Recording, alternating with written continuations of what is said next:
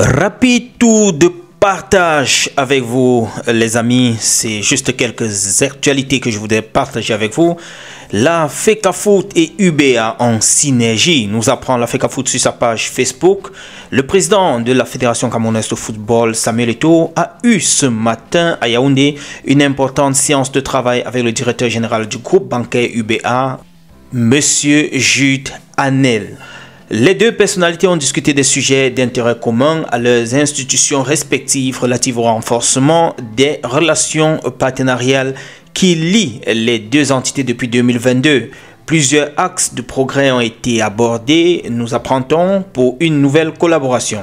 La Fédération camerounaise de football se réjouit de cette fructueuse relation partenariale et formule ses vœux de remerciement à l'endroit de UBA pour son accompagnement constant et multiforme toujours renouvelé au projet de réforme et de modernisation du football camerounais porté par l'exécutif de la FECAFOOT sous la conduite du président Samuel Eto'o. Voilà pour ce qui est de ce communiqué concernant la rencontre entre UBA et la Fédération camerounaise de football. On va basculer ici encore sur la liste de Marc Brice.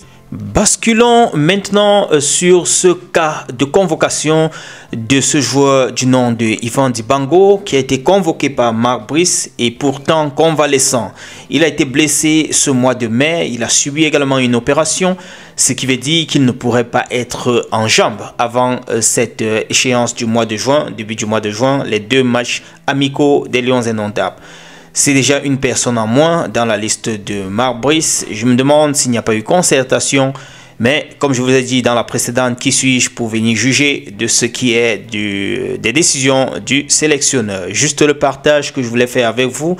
Ceci étant, on va tout simplement noter que Marc Brice a décidé de laisser les cadres en repos. Maybe, question de tester les nouveaux. Malgré que le nom de Lionel Ateba ne figure toujours pas, même dans ce cas, dans la liste de Marc Brice. Voilà, on va tout simplement dire peut-être le bon moment viendra où son nom apparaîtra, même si ce n'est pas dans les Marc Brice. De l'autre côté, c'est Anthony Pla qui rend un vibrant hommage à Zambo Anguissa, un homme calme qui ne fait pas beaucoup de bruit. Il cite comme ça 4 titres pour lui dans cette saison-ci avec de nombreux buts, n'est-ce pas, de passes décisives. Il a été nommé ou bien il a été choisi 4 fois homme du match. Il a eu un prix de meilleur joueur du mois, 6 buts, 5 passes décisives en 35 apparitions en Serie A. Je dois renforcer en disant qu'il a été un artisan de ce titre qu'a remporté Naples il y a de cela quelques jours.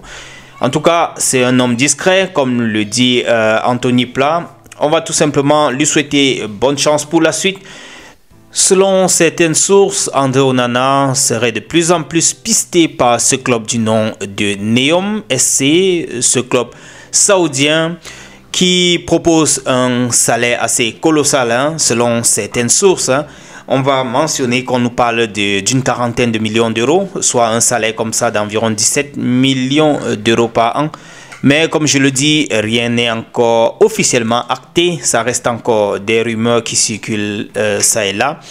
On va terminer pour les fans du Real de Madrid. Désormais, c'est Alonso qui va continuer du côté du Real. Il est déjà en place. Retrouvons-nous dans la prochaine, les amis. On est ensemble. Ciao.